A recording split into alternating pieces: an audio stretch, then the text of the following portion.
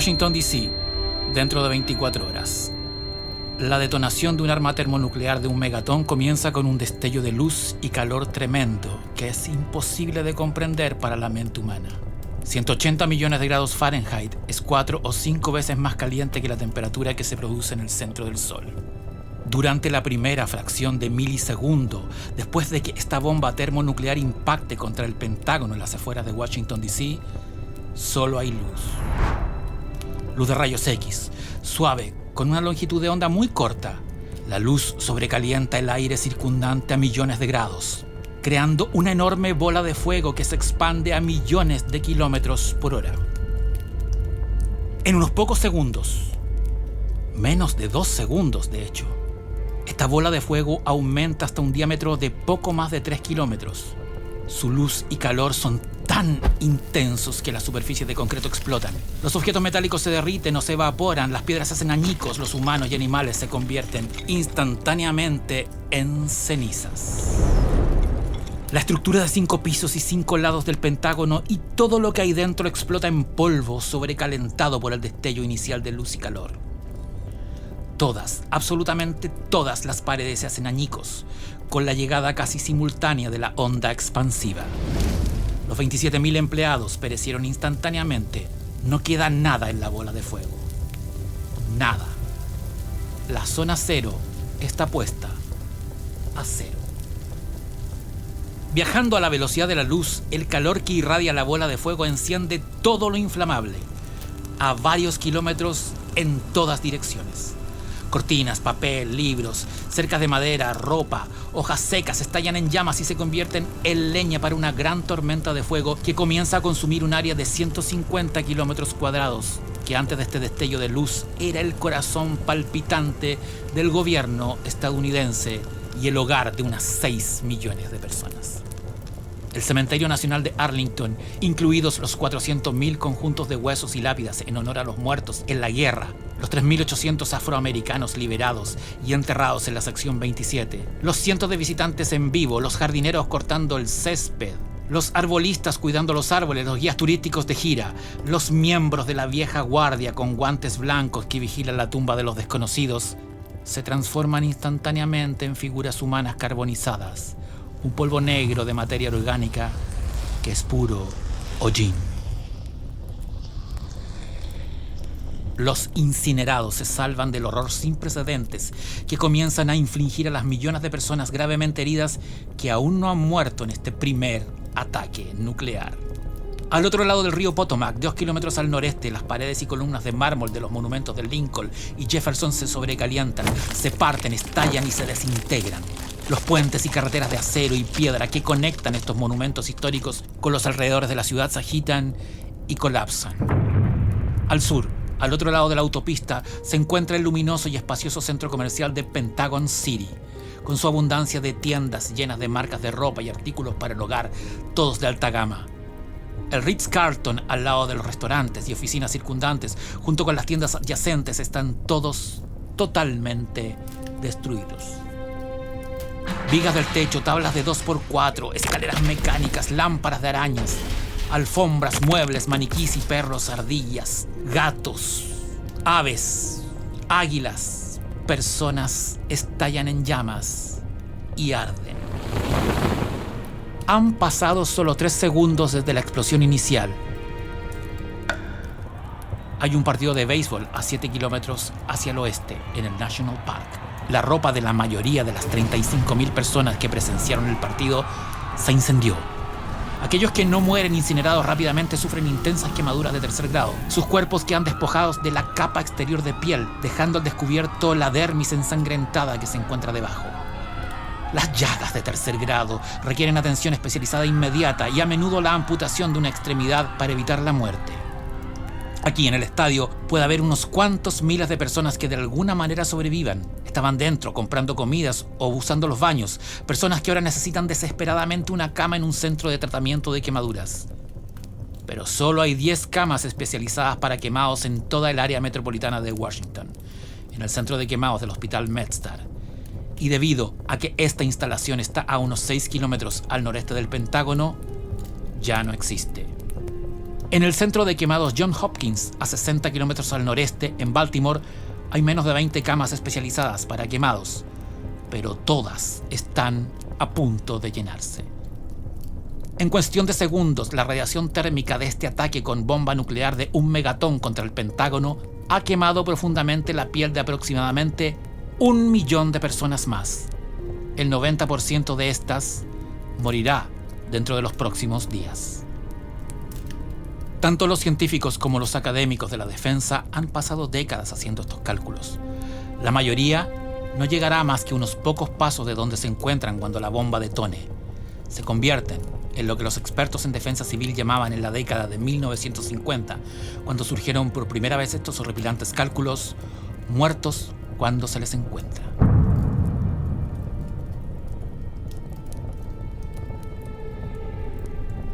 En la base conjunta Anacostia-Bolling, una instalación militar de 1.000 acres al otro lado del Potomac, hacia el sudeste, hay otras 17.000 víctimas, entre ellas casi todos los que trabajan en la sede de la Agencia de Inteligencia de Defensa, la sede de la Agencia de Comunicaciones de la Casa Blanca, la sede de la Agencia del Ward Station Washington, el hangar de helicópteros Marine One y muchas otras instalaciones federales fuertemente vigiladas que se ocupan de la seguridad de la nación.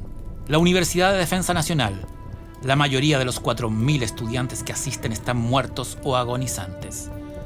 Sin escatimar la trágica ironía, esta universidad, financiada por el Pentágono y fundada en el Bicentenario de los Estados Unidos, es donde los oficiales militares van a aprender cómo utilizar las tácticas militares para lograr el dominio de la seguridad nacional estadounidense en todo el mundo. Esta universidad no es la única institución de educación superior de temática militar destruida en el primer ataque. La Escuela Eisenhower para la Seguridad Nacional y la Estrategia de Recursos, la Escuela Nacional de Guerra, la Escuela Interamericana de Defensa, el Centro Americano de Estudios Estratégicos, todos ellos dejan de existir en cosa de segundos. Toda la zona costera, desde Buzzard Point Park hasta la Iglesia Episcopal de San Agustín, desde la estación naval hasta el puente Memorial Frederick Douglass, quedan totalmente destruidos. Y solo fue el primer ataque.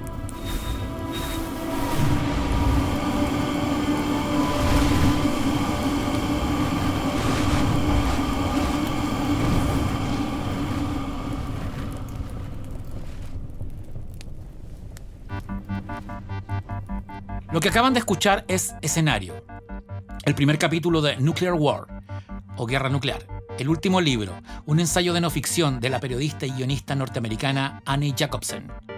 El libro apareció hace solo un par de meses y solo está disponible en inglés, a través de Amazon y otras plataformas, pero si saben o pueden leer inglés, está más que recomendado. Eso sí, se los advertimos, es un libro aterrador. Hijo de la Guerra Fría de un país dividido que pasó medio siglo aterrorizado de que alguien presionara el botón, porque ellos iban a ser los primeros en desaparecer.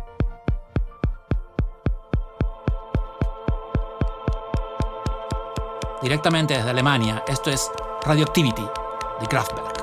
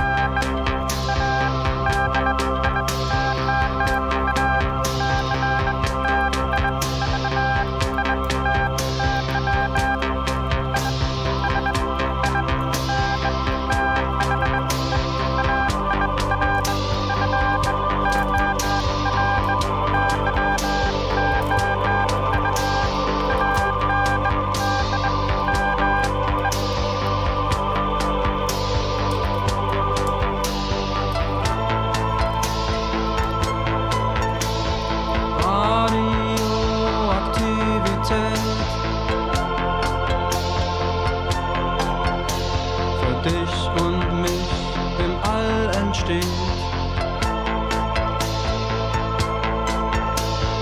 Radioaktivität strahlt Wellen zum Empfangsgerät.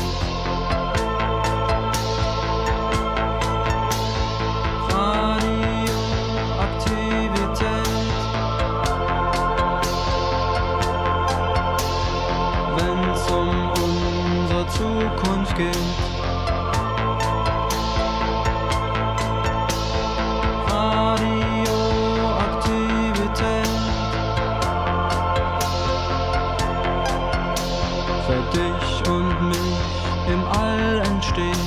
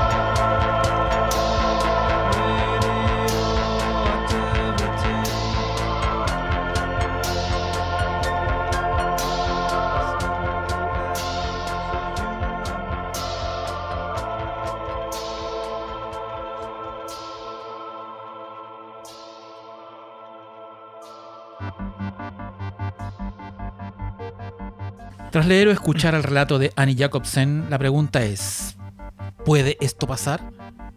¿Qué tan cerca estamos hoy, 2024, de una guerra nuclear o de una tercera guerra mundial?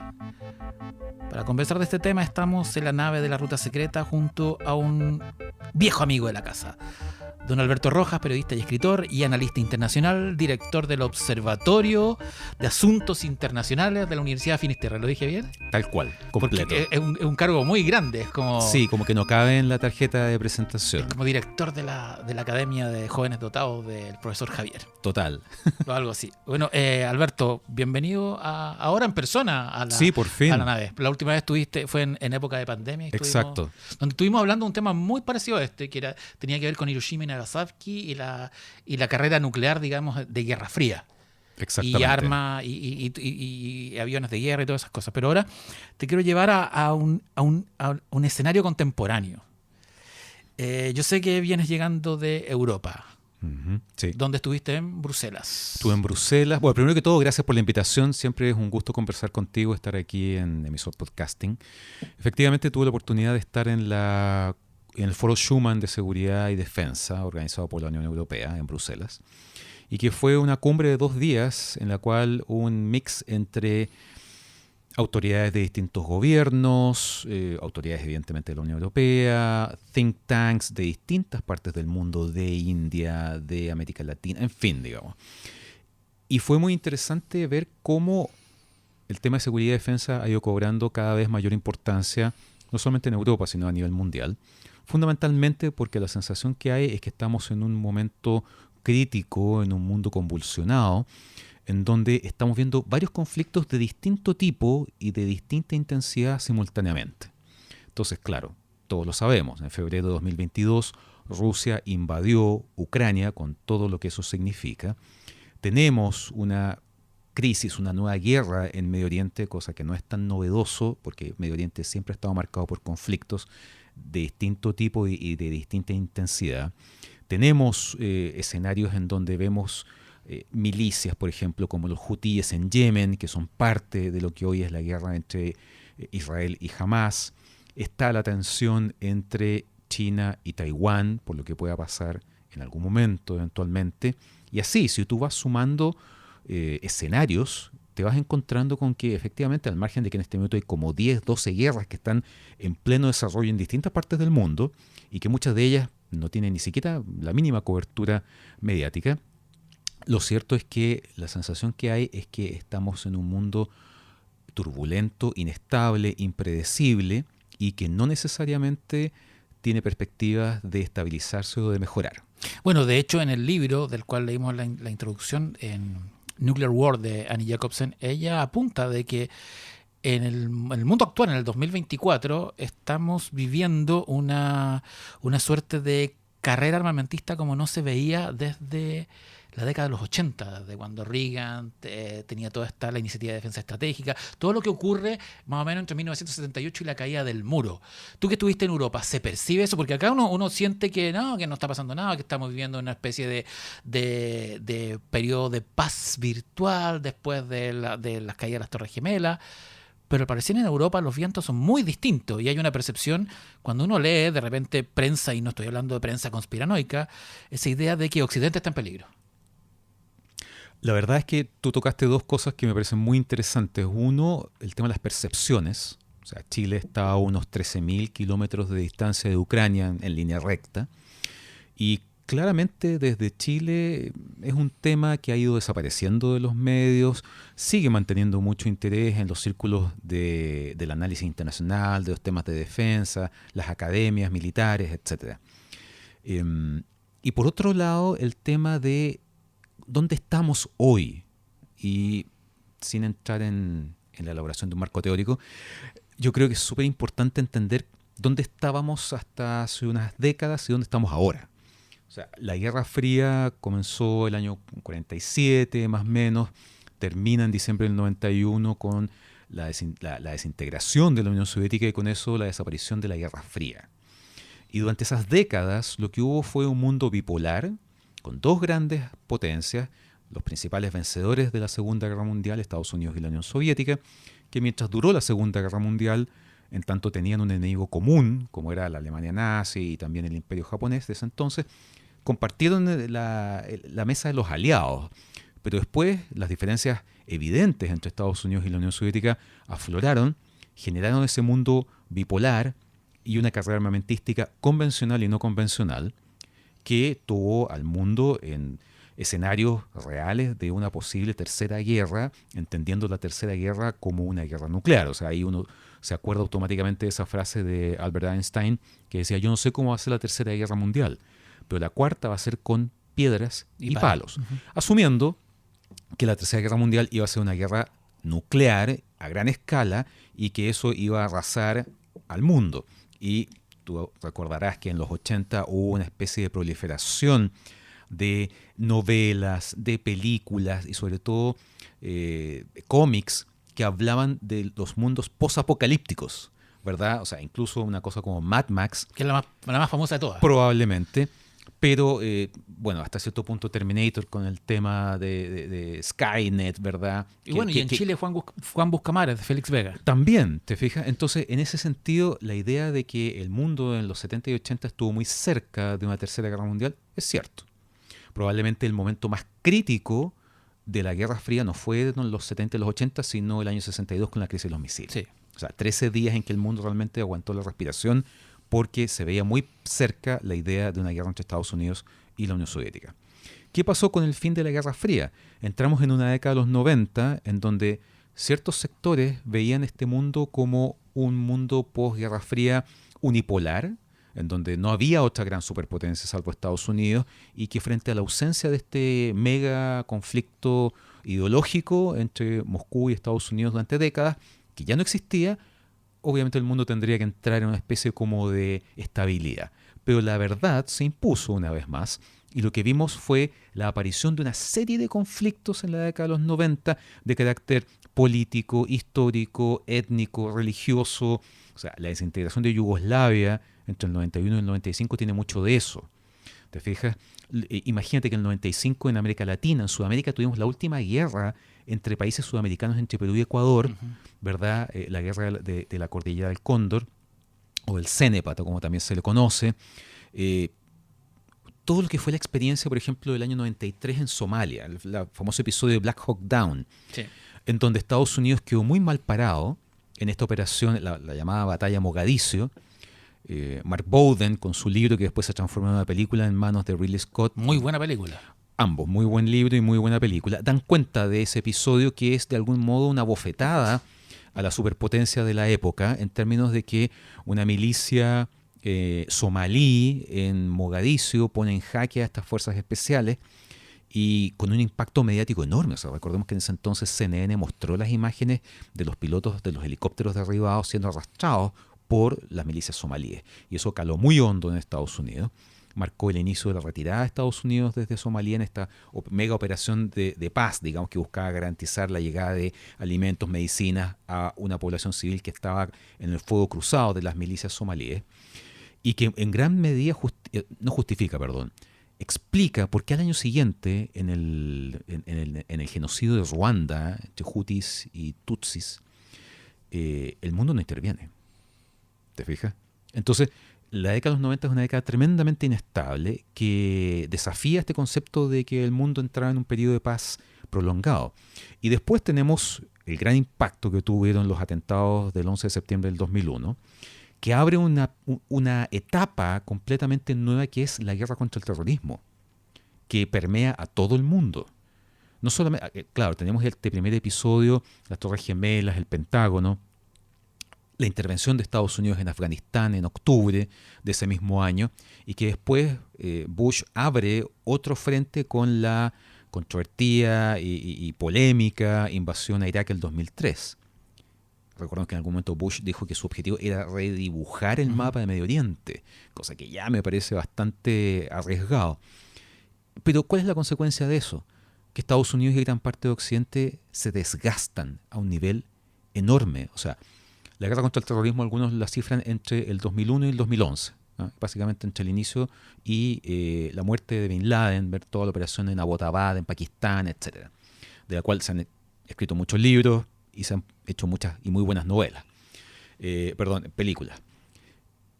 Y después tienes del 2011 al 2021, específicamente agosto del 2021, cuando se produce el regreso de los talibanes en Afganistán, la salida desde Kabul atropellada, caótica, ¿verdad? Y lo que tenemos a la vuelta del 2021 es un Estados Unidos agotado, una superpotencia agotada, más que en términos militares, en términos políticos, en términos de la opinión pública, que no quiere que Estados Unidos se involucre en más conflictos en otras partes del mundo. ¿Y qué pasó entre el 2001 y el 2010, 11 y el 2021? Países como China, países como Rusia, aprovecharon de llenar ese espacio, aprovecharon de desarrollarse, crecer y convertirse en rivales muy distintos a lo que eran el 2001 o en 1991, ¿te fijas?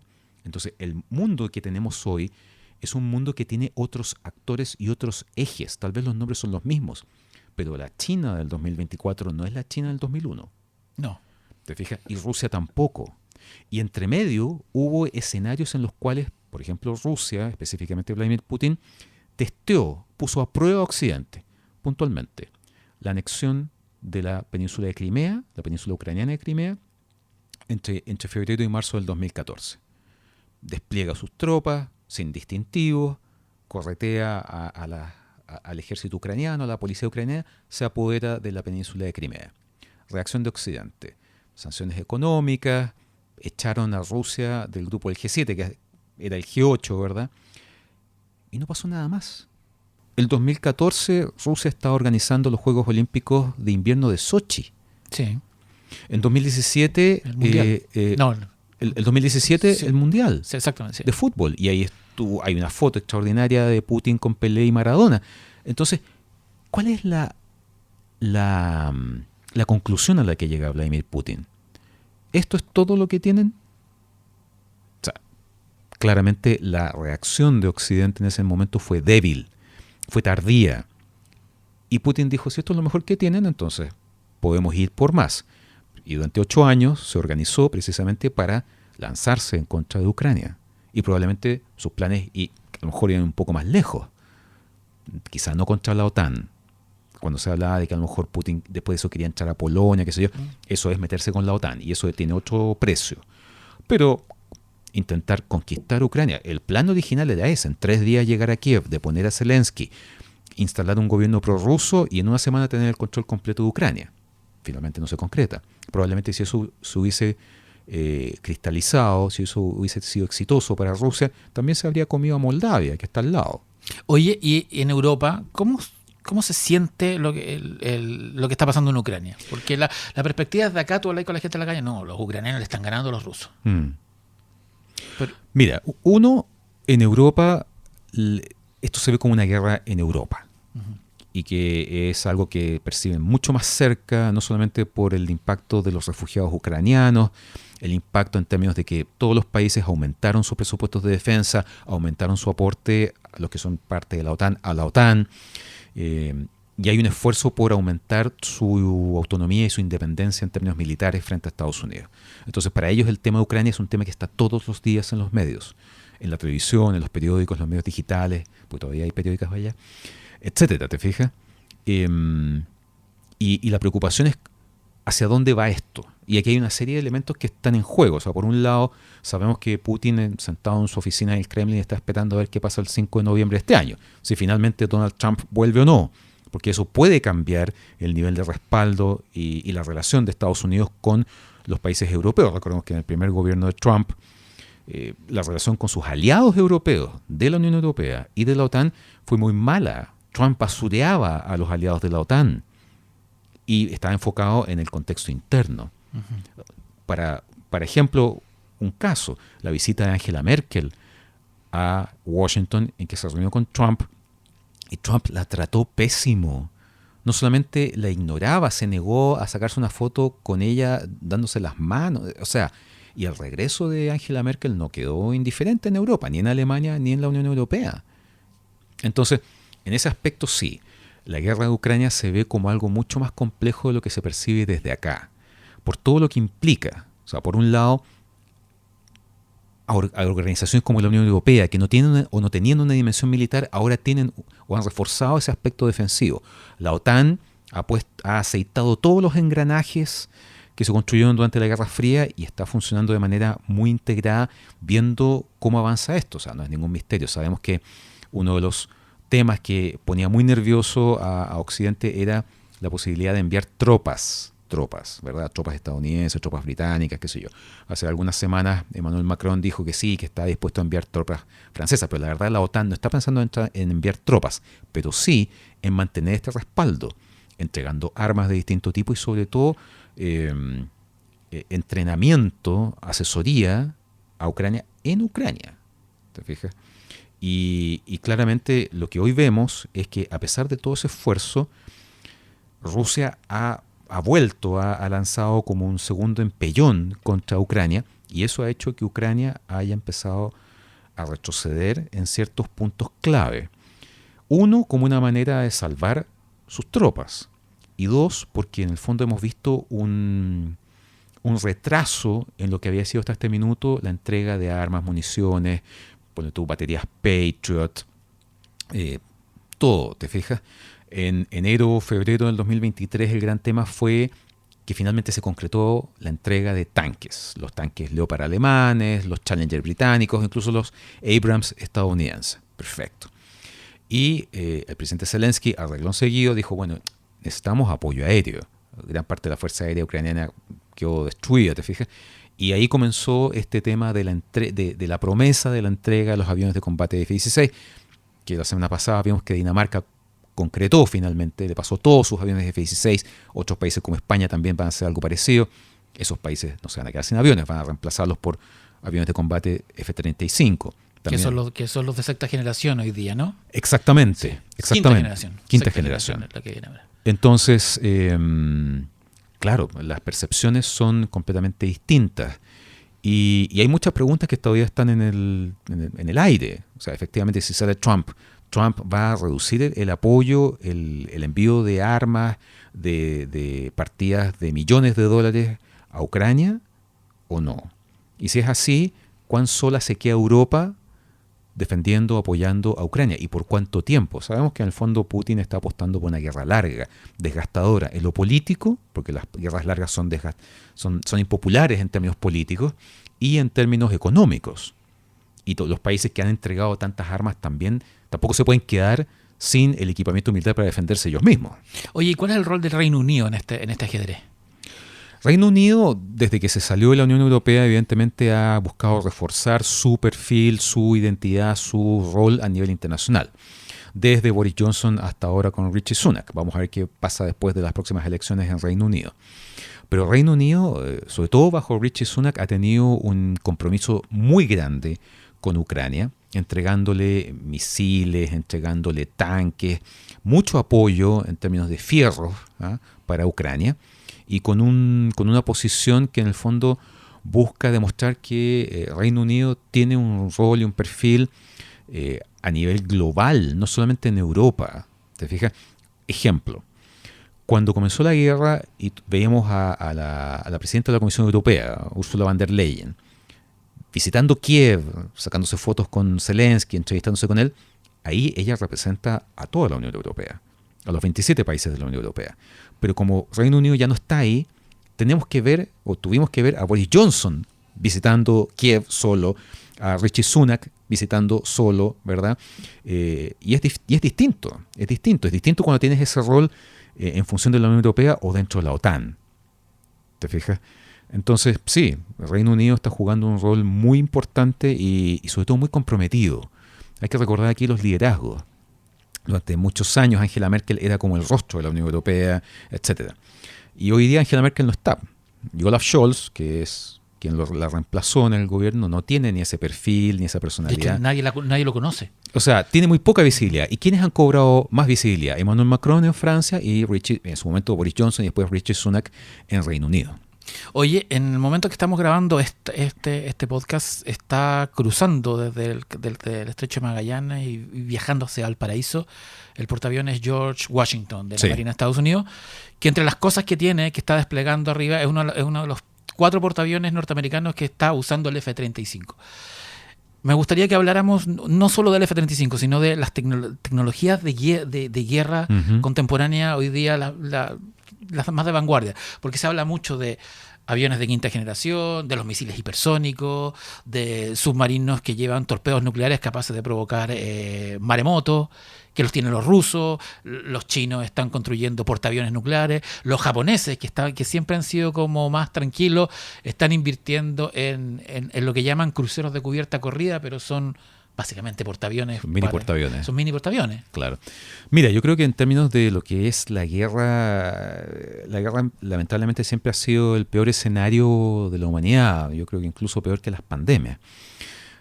Por el nivel de violencia, destrucción y crueldad que se vive. Y en ese contexto las guerras han ido cambiando. O sea, la Segunda Guerra Mundial no era igual a la de Corea, ni Vietnam, la Primera Guerra del Golfo, incluso la Segunda Guerra del Golfo, la invasión a Irak, no tienen nada que ver. Y lo que vemos hoy día es un modelo de guerra que tiene 5 escenarios. El escenario marítimo, aéreo, terrestre, espacial y el ámbito del ciberespacio.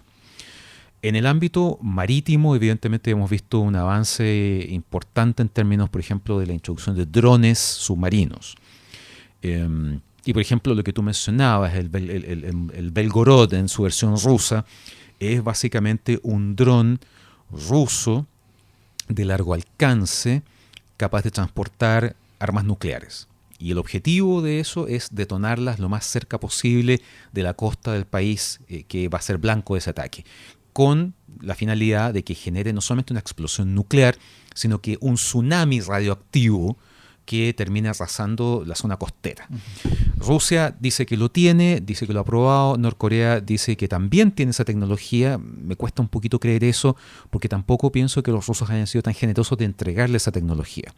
Pero sabemos que Norcorea ha tenido la libertad y los recursos para dotarse de tecnología que muchos pensábamos que no se iba a poder dotar. Más de alguna vez hemos conversado ese tema de cuántas veces escuchamos la frase de que los portaaviones están jubilados.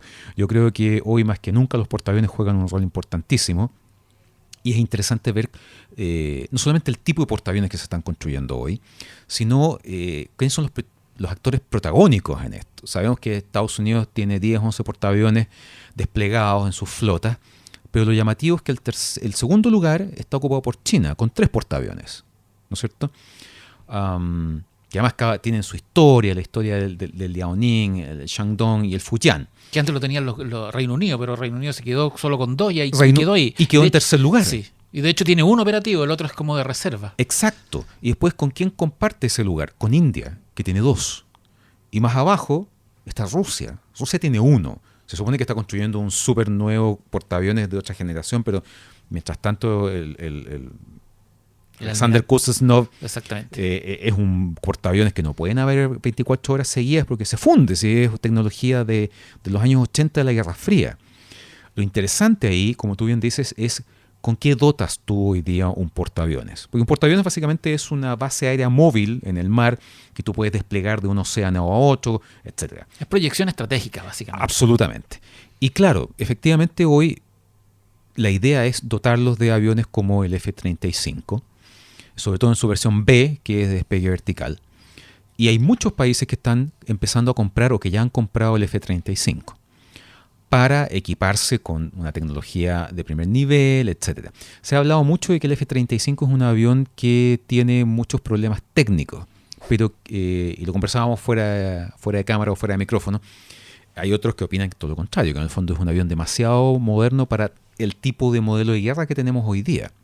Y en ese aspecto... Es como fue el ejemplo, es como tener un celular, un smartphone con redes 2G. Exactamente. Y un ejemplo de eso es el programa Skyborg, que tiene nombre como de película de James Cameron, sí, pero que básicamente es un proyecto que no solamente es mucho más que un proyecto, o sea, está en desarrollo en términos bien concretos y que es finalmente llegar a un escenario en el cual un avión de combate tripulado opera en un escenario de combate simultáneamente con drones que lo acompañan, que se comunican y que interactúan en esta ofensiva. Ese es el programa Skyborg. Y ahí el F-35 calza muy bien. Tú te acordarás de una película hace ya varios años que se llama Stealth. Sí, ¿verdad? Amenaza invisible. Exacto. Y que básicamente era la idea de aviones de combate más que drones. O sea, en el fondo era un avión de combate en donde en vez de tener en la cabina un piloto, tenías una inteligencia artificial. Y que producto de un rayo, como que la inteligencia artificial se vuelve loca, en fin, bueno, película de Hollywood. Bueno, va por ahí el tema. El cómo se busca en el corto plazo que un avión de combate interactúe en vuelo, no solamente con otros pilotos, sino con drones que ya no están necesariamente manejados en una habitación cerrada en las afueras de Las Vegas, sino en tiempo real. Y eso también se busca aplicar en el ámbito naval. En términos terrestres, hemos visto cómo han evolucionado no solamente los tanques y ese tipo, los vehículos blindados, sino, por ejemplo, el uso de este tipo de robots como el de Boston Dynamics, ¿verdad? Que es una especie como de perro robot, sí, ¿verdad? Que no solamente cumple una función de vigilancia o de un scouting, sino que también vaya armado. Y eso ha llevado a que hoy el tema de las armas autónomas, es decir, armas capaces de actuar por sí solas, sea un tema real, no solamente en términos tecnológicos, sino en términos de debate. Es como ciencia ficción ya. O sea, en Naciones Unidas y en diferentes foros internacionales se habla abiertamente del peligro de las armas autónomas y cómo eso debe tener una regulación ética y técnica. O sea, cómo le pides a un robot armado con una ametralladora que sea capaz de distinguir un combatiente yihadista que no usa uniforme de un civil que va escapando de esa zona de conflicto. O sea, todavía no hemos llegado a ese punto, que tiene implicancias prácticas. O sea, vas a terminar matando civiles, éticas, y ¿dónde está la responsabilidad ahí? O sea, la Corte Penal Internacional hoy día tiene una orden de captura en contra de Vladimir Putin, porque se preocupa de perseguir crímenes de guerra y de lesa humanidad. Pero ¿cómo puedes llevar a juicio a una arma autónoma? Es súper complejo, es traer el concepto de la ciencia ficción de hace 30 o 40 años, Starship Troopers incluso, al presente. Y eso, y lo hemos conversado más de una vez y lo hemos visto, cómo han evolucionado los sistemas de armas, cómo han cambiado los uniformes. Hoy día el tema del blindaje, el tema de tener cámaras corporales. Son exoesqueletos. Exacto, ¿te fijas? Estamos a un paso de eso. Hoy día los soldados pueden registrar información a través de cámaras o sensores en tiempo real que son recibidas, procesadas en una base de operaciones, en un centro de mando y control, y eso permite tomar decisiones. Y mientras tanto tienes unos drones en el aire que te van entregando información en tiempo real también acerca de dónde están las posiciones enemigas, el blanco que tú quieres atacar, vienen aviones de tu contrincante, etcétera, ese tipo de cosas. Y claro, yo te mencionaba dos espacios más, que es el ámbito espacial, en donde sabemos que ahí muchas de las grandes potencias tienen puestas fichas que son muy importantes. ¿Por qué? Básicamente porque uno de los primeros elementos al iniciarse una guerra a gran escala es dejar ciego a tu contrincante. Y hoy dejar ciego a tu contrincante es destruir sus satélites, que te entregan, no solamente te permiten comunicación, sino que te permiten obtener información de gran detalle. Sabemos que todos los días hay una serie de satélites que pasan por encima de Norcorea, ¿verdad? Y pasan sobre Yongbyon, que es el centro neurálgico del programa nuclear norcoreano, y que te entrega información realmente clave. O sea, muchas veces las decisiones que se han tomado en Estados Unidos y otras partes del mundo en función de Norcorea parten con imágenes. Ya en la época de la Guerra Fría sacaban fotos, ¿verdad? Hoy día son videos, son imágenes de altísima resolución que dicen, oye, es que vemos muchos vehículos que están entrando al complejo de Yongbyon, o que van saliendo, o que apagaron o prendieron tal instalación. Bueno, eso es información fundamental cuando tú tienes que tomar decisiones en cuestión de minutos. O sea, hay muchos simulacros y modelos e incluso apps que simulan cómo puede ser una guerra nuclear con misiles. Y un ataque transpolar estadounidense o ruso te toma 10 minutos. No más que eso. Oye, ¿y qué es lo que se denomina como misiles hipersónicos? Los misiles hipersónicos son aquellos que supuestamente pueden viajar a entre 5 y 6 veces la velocidad del sonido. Eso es casi 3 veces más lo que un misil convencional. Exacto. Y que a diferencia, por ejemplo, de los misiles balísticos o de los misiles crucero, son tremendamente difíciles de interceptar. Sabemos que Estados Unidos desarrolló el concepto del escudo antimisiles. Los rusos son los que supuestamente la llevan en la tecnología de los misiles hipersónicos. Se supone que sí. Una vez más, Kim Jong-un y Norcorea dicen que también tienen misiles hipersónicos, pero yo ahí ya entro en el escenario de la duda aceptable. ¿Y estos misiles hipersónicos son con carga nuclear o son convencionales? Ambos. Ya. Y en ese sentido, los misiles hipersónicos son la gran preocupación hoy en día. Sí, porque ¿cómo detienes algo que va a 8.000 kilómetros por hora? Exacto. Es que ese es el punto. Y los escudos antimisiles obviamente han ido perfeccionándose en el tiempo, pero probablemente el escudo antimisiles que puede tener Estados Unidos hoy en distintas partes, o el que tiene medianamente desplegado en Corea, etcétera, están pensados para misiles más convencionales, misil crucero, etcétera, ¿te fijas? Un ICBM en ese sentido. Que es rápido, pero no tanto. Pero no tanto. Esto es como un rayo, básicamente. Claro, exactamente. Entonces, el punto es cómo tú desarrollas ese tipo de armamento y al mismo tiempo generas las contramedidas. Cómo detenerlo. Porque en el fondo los escudos antimisiles son básicamente la idea de que una bala intercepta otra bala en vuelo. Hay ejercicios que han demostrado que Estados Unidos tiene esa capacidad.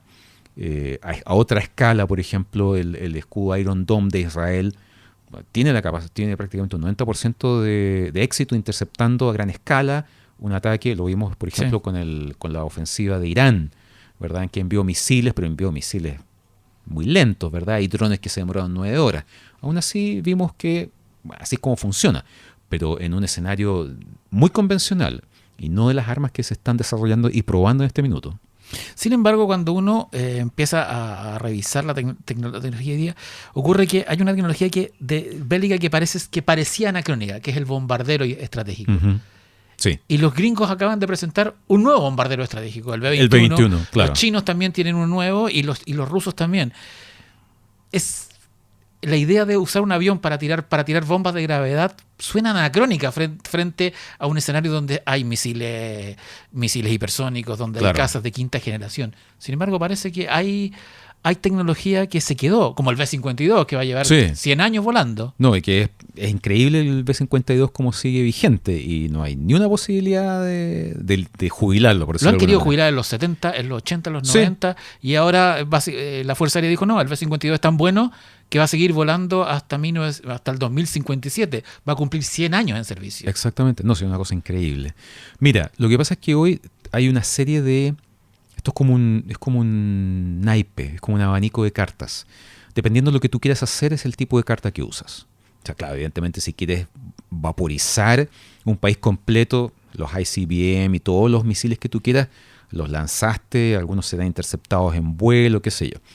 Pero si lo que tú quieres es algo más, no sé si la palabra es fino, más acotado, los bombarderos estratégicos siguen funcionando. Y en ese aspecto, la gran diferencia, por ejemplo, del B2 con por ejemplo, el B-52, perdón, con el B2, ahora con el B-21, es que tienen esta tecnología stealth, es decir, la invisibilidad del radar por el diseño de su fuselaje, por el tipo de elementos que se han utilizado en la construcción del fuselaje, las contramedidas, etc. Pero yo creo que la gran ventaja para las grandes potencias del uso de bombarderos estratégicos tripulados por pilotos, etc., es que tú puedes pedirles que vuelvan. Tenés toda la razón. Claro.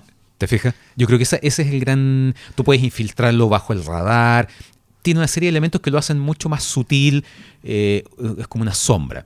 Pero sobre todo está el tema de que tú puedes pedirle que vuelva. Cancelar, abortar la misión por algún motivo.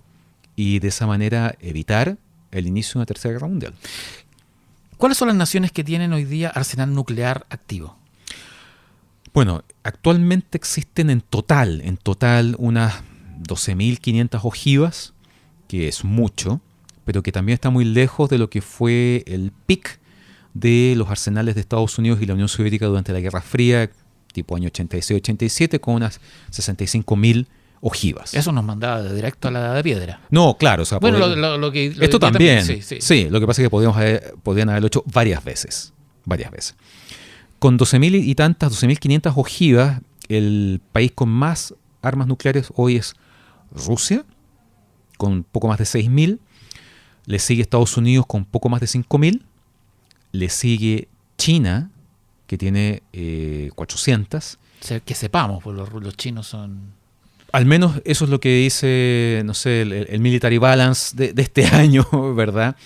Y de ahí, básicamente, la cosa se desgrana con Reino Unido, Francia, Corea del Norte, Israel, India, Pakistán. En Sudamérica no hay países con... No hay, básicamente porque existe el Tratado de Tlatelolco que define a América Latina como un área libre de armas nucleares, no de energía nuclear, de armas nucleares. Y por eso ningún país ha desarrollado armas nucleares. Aunque Argentina quiso en los años 50 con Perón en el proyecto Huemul, Claro. que básicamente estafaron a los argentinos.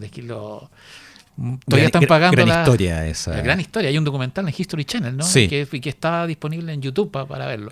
Se llama Proyecto Huemul. Huemul, Es sobre sí. la historia de la bomba atómica argentina. Exacto. Oye, y con este escenario, ¿es factible, como el libro de Annie Jacobsen que tenemos acá, Ujú.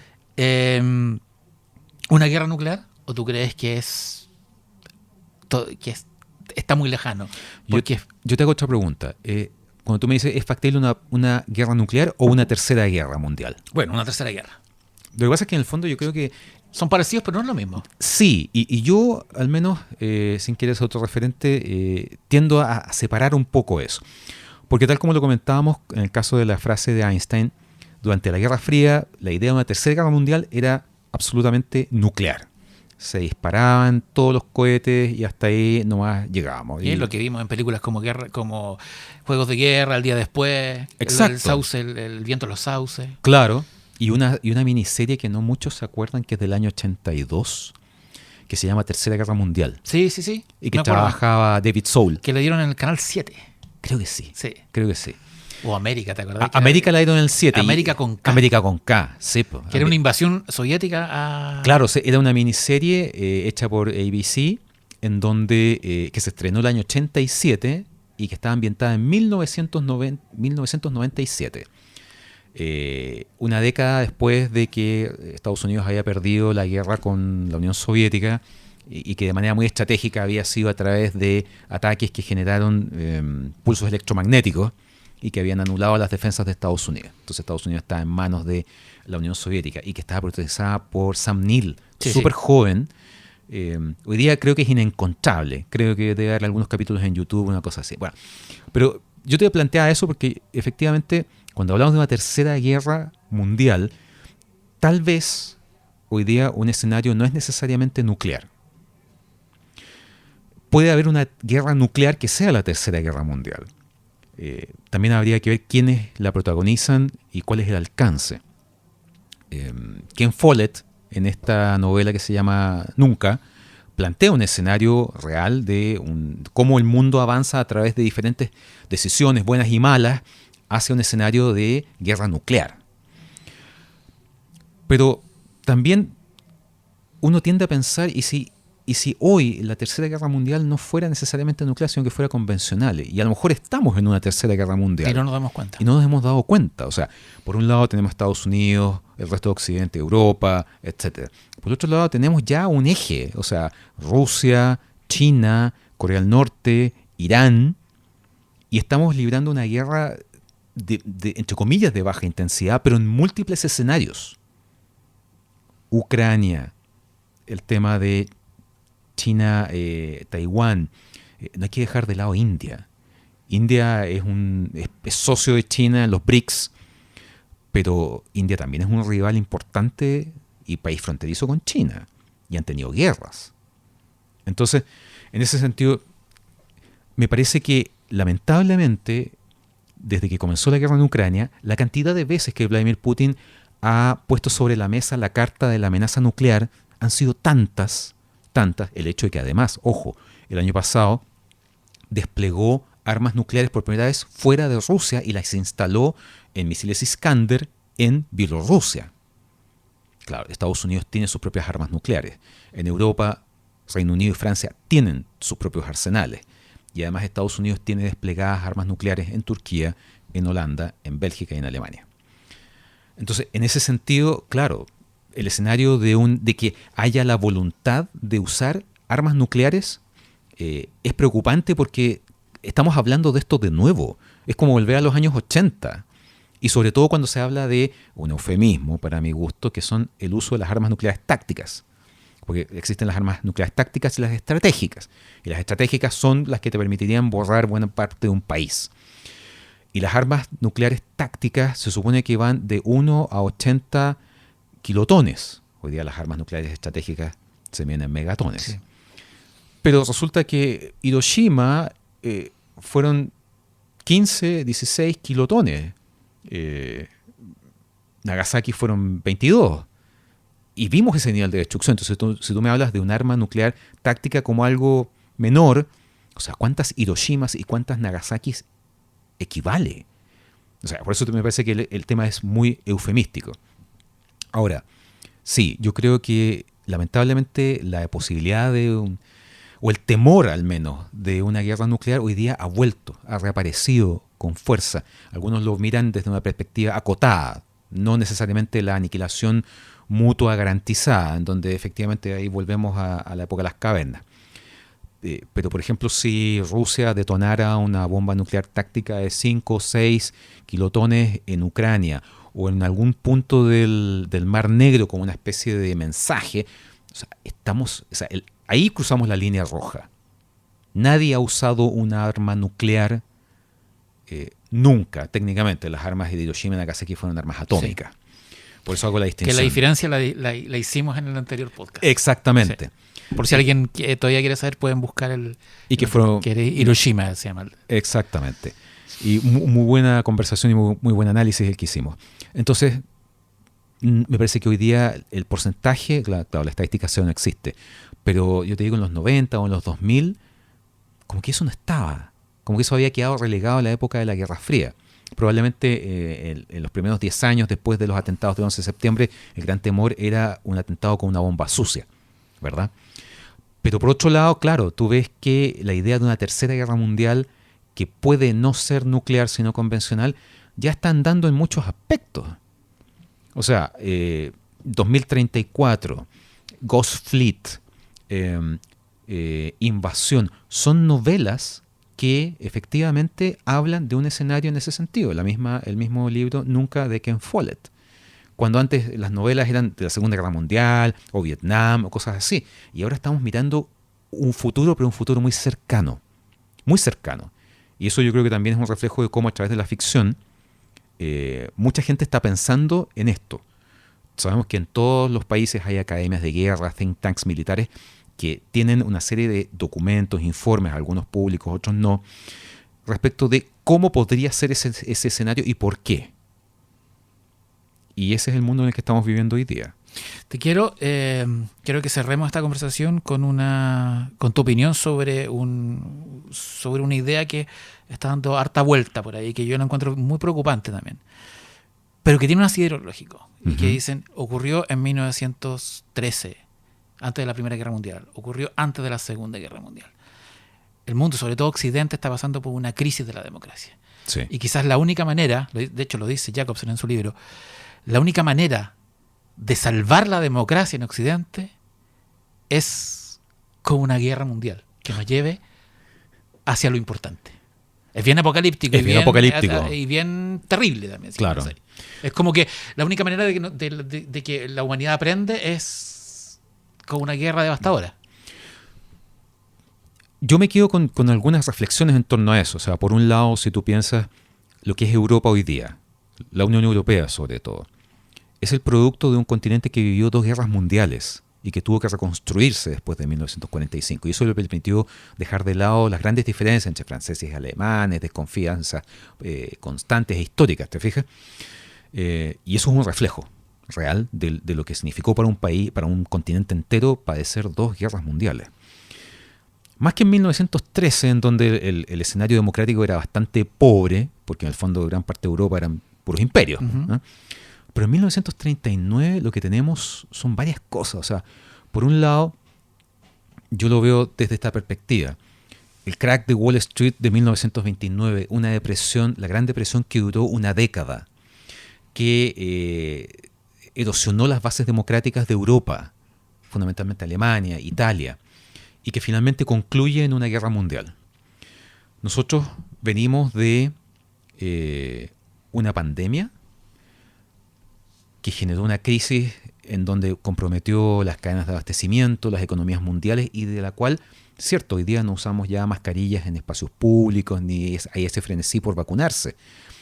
Pero todavía, si uno analiza, hay muchos aspectos de la economía mundial que siguen comprometidos producto de la pandemia. Y la pandemia, el fin de la pandemia, entre comillas, se superpuso, se traslapó con el inicio de la guerra en Ucrania. Y cuando Rusia invadió Ucrania, la cantidad enorme de papers, columnas de opinión, libros que se empezaron a publicar pensando si eso también podía pasar en función de China-Taiwán u otros escenarios, por ejemplo, el tema de Cachemira entre India y Pakistán, ambas potencias nucleares y que se llevan pésimo, es un indicador de eso. Es un indicador de cómo el mundo ha entrado en una etapa de inestabilidad muy fuerte en donde las democracias o el modelo democrático que hemos conocido hasta el minuto está en tela de juicio. Muy criticado, los propios ciudadanos han abandonado esta idea de la democracia participativa en función de una democracia que se enfoca en la elección de alguien que les dé soluciones. ¿Te fijas? Y que esa es una puerta que se abre ampliamente para el populismo, la demagogia, los caudillos, los hombres fuertes. Michiko Kakutani, que muy conocida como crítica literaria del New York Times, escribió un libro en función de eso durante el gobierno de Trump. Y los invito a buscarlo y leerlo, está en castellano. Y que apunta efectivamente el peligro de eso.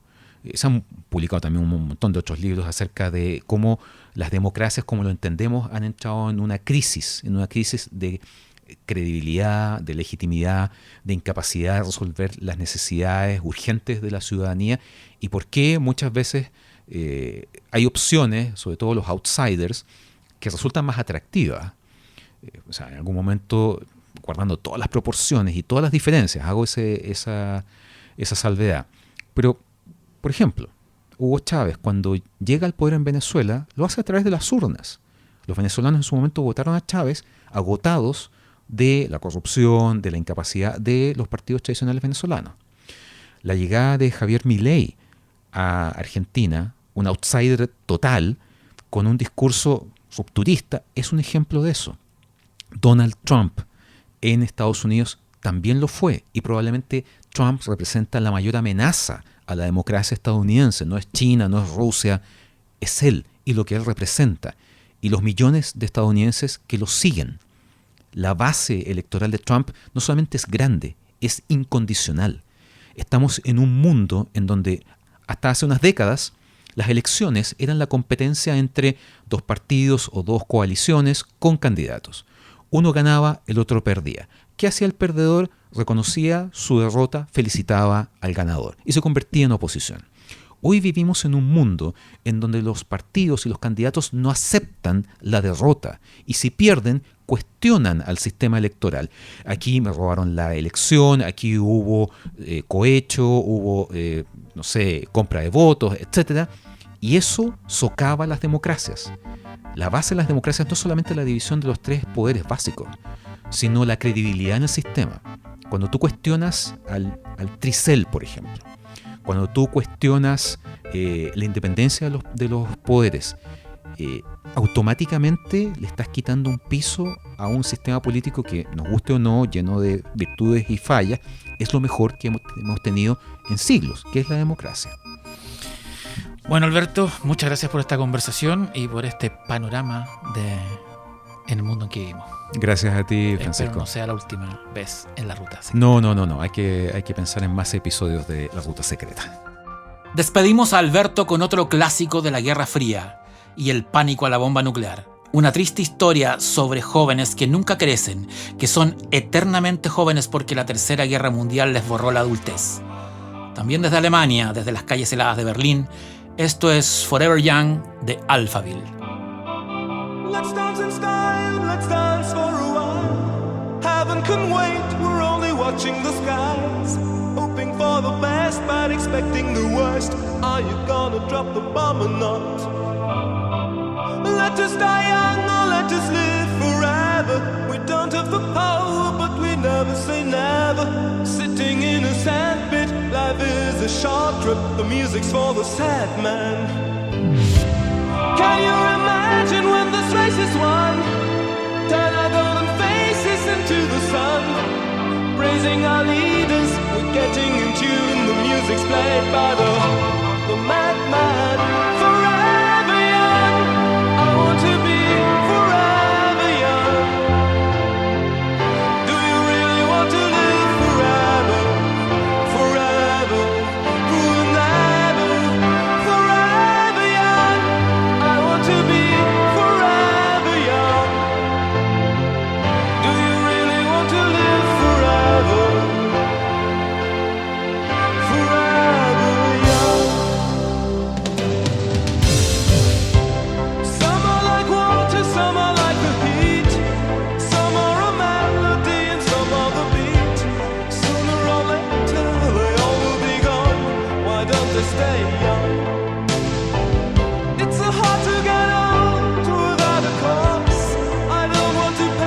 rich like a fleeing horse, used like diamonds in the sun, and diamonds are forever.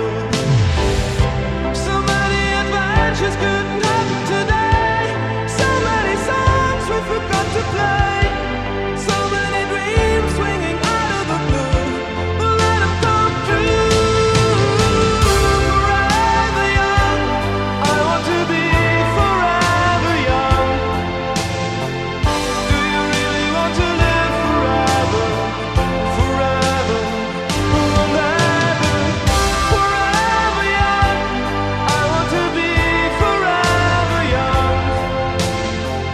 Do you really want to live forever? Forever, forever, forever young. I want to be forever young. Do you really want to live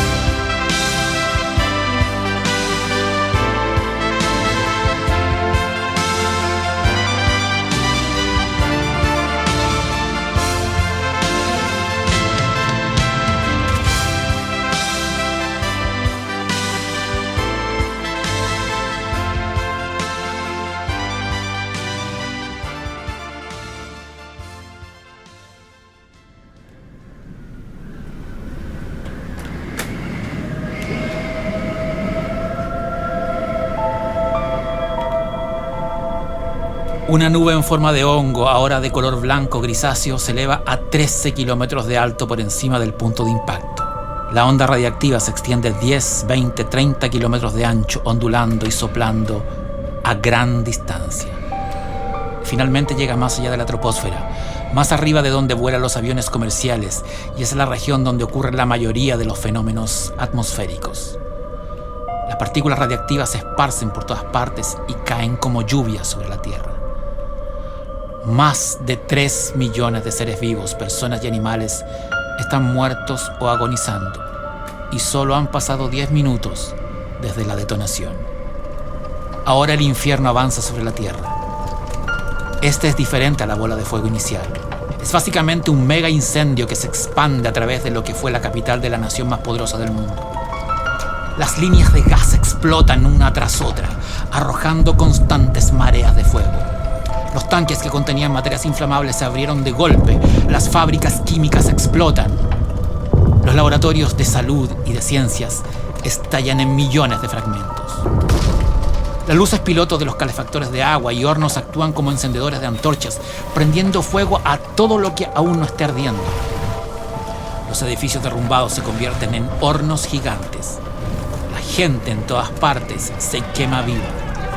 Los huecos abiertos en suelos y tejados se comportan como chimeneas.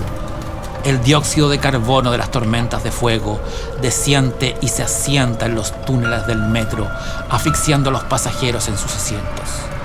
Las personas que buscan refugio en sótanos y otros espacios subterráneos vomitan, convulsionan, entran en coma y mueren. Cualquiera que esté en la superficie y mire directamente a la explosión, en algunos casos a una distancia de hasta 13 kilómetros, queda ciego. A 8 kilómetros y medio de la zona cero, en el anillo de 20 kilómetros de diámetro alrededor del Pentágono, automóviles y autobuses chocan entre sí. Las calles de asfalto se vuelven líquidas debido al intenso calor, atrapando a los supervivientes como si fuera lava fundida o arenas movedizas. Los vientos huracanados alimentan cientos de incendios hasta convertirlos en miles de incendios, en millones de ellos.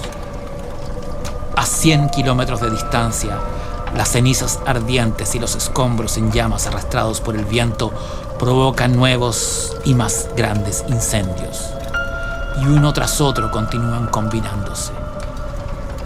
Todo Washington, D.C. se convierte en una compleja tormenta de fuego, un mega infierno. Pronto se convertirá en un mesociclón de fuego. Pasan 8, tal vez 9 minutos más. Los sobrevivientes se arrastran en estado de shock como si estuvieran casi muertos. Esto aún no acaba. Está recién comenzando.